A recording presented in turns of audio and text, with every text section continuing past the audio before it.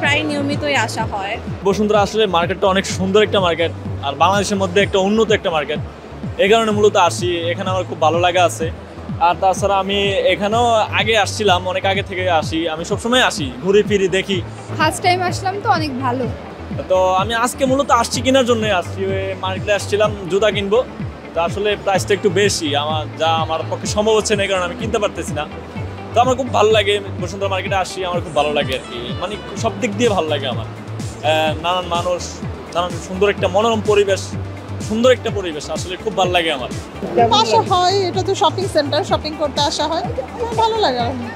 বাচ্চাদের নিয়ে কমই আসি আমি, কারণ এটা আমার বাসা থেকে একটু অড প্লেসে, ডিরেক্ট আসা যায় না রিক্সা কিংবা অন্য কিছুতে।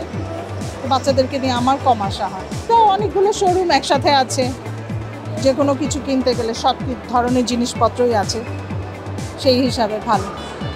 মার্কেটে সুন্দর, এসি মার্কেট, এখানে কমফোর্টেবল আর কি। অনেক ভিড় আজকে, এটাই এই জন্য ভালো লাগতেছে। আমার ভিড় জায়গা ভালো লাগে না, এই জন্য আমরা ছবিও তুলতে পারছি না, কারণ অনেক মানুষ। এখানে টগি ফার্ম ওয়ার্ল্ড আছে, তো ওই জায়গাটা অনেক ভালো, এখানে মেইনলি আমার যেতে ভালো লাগে, যদিও যাই না কখনো। কিন্তু আমি আশা করতেছি ভালো হবে, সুন যাব এসএসসি দেওয়ার পর। বসুন্ধরাতে মুভি দেখার জন্য আসা হয়, পরিবেশ ভালো, খারাপ না, এসে ভালোই লাগে। আরও ইন্টারন্যাশনাল যদি সবগুলো থাকতো তাহলে আরও বেশি ভালো হতো, তাইলে আর বাংলাদেশের বাইরে মানুষ যেত না, বাংলাদেশেই থাকতো।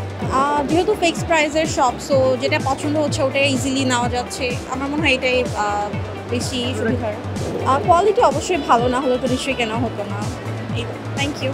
For more updates, follow us on Facebook, subscribe our YouTube channel, get the latest update on www.daily-sun.com.